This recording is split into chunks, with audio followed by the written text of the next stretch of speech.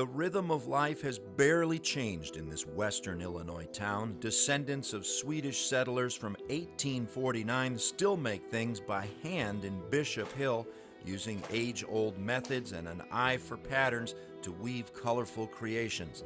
It's a devotion that's been passed down for generations. They were hard-working people, and they were had a very simple lifestyle. They crossed an ocean and walked all the way from Chicago to build a better life, an experiment in communal living where everyone shared the work and wealth.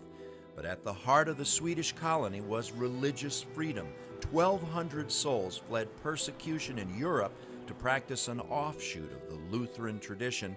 Leading the way to the Promised Land was a charismatic preacher. His name is Eric Jansen. He was a fire and brimstone preacher from Hälsingland, and he was the catalyst, I should say, that started these folks to this country. This group of Swedes that came here marked the beginning of what the Swedes call a great migration of over 1 million people to this country. A $4 donation gets you into the colony church where Jansen preached.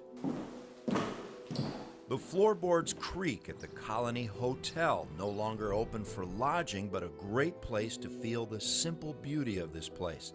For overnight stays, sleep at the Colony Hospital, now a charming bed and breakfast. Rooms start at $100 a night, including breakfast. Supper's just a short walk away at Johnson's Dining Room. On the menu, Swedish meatballs, along with the best bread pudding you've ever tasted. In July, dealers from 9 different states strut their stuff at the Country Antique Market. Antique lovers say it's the ultimate setting in a town that is itself a historic treasure. Cruisin Bishop Hill, Julian Cruz, WGN News.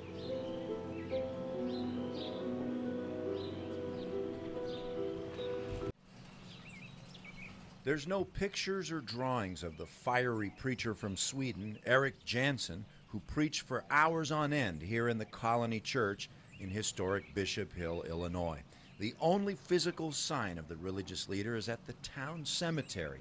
You'll find the tombstone, the spot where heartbroken followers gathered to bury their pastor in 1850 after his murder.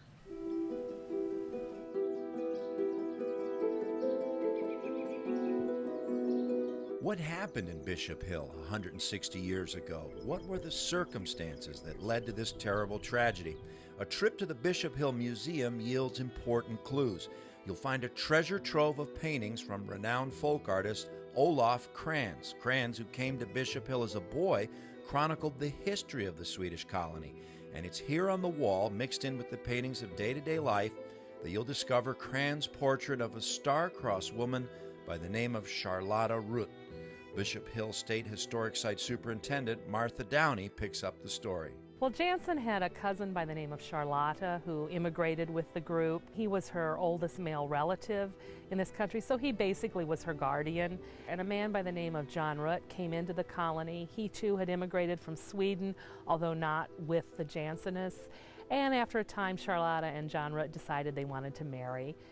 John Ruth and Jansen talked about it and made the agreement that if John Ruth decided to leave the colony, that Charlotta and any of the children they might have would stay here among the faithful. After about a year, Ruth had had it. He wanted to move on. He left. He got some of his friends to come and get Charlotta and their newborn son, John Ruth Jr., and kind of kidnap her. Jansen sent some of his male followers and brought Charlotta back. Things escalated. There were rumors that Ruth was going to come in and burn the colony and do harm. Well, finally one day in May, Jansen was over in Cambridge, Illinois, our county seat. Ruth caught up with him over there and shot him. They formed a board of trustees that ran the colony. And in 1857, throughout this country, there was an economic depression. A lot of the investments the colony had made didn't do very well. By 1860, some of the men here were beginning to form a militia. You know, the Civil War was coming.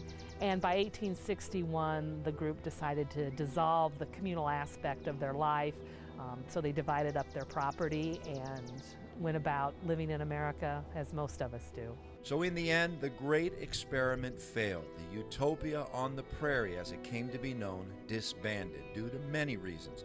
But no doubt the loss of their determined leader, a man of great energy, dealt a major blow to the people of Bishop Hill, forever altering the future of this historic community.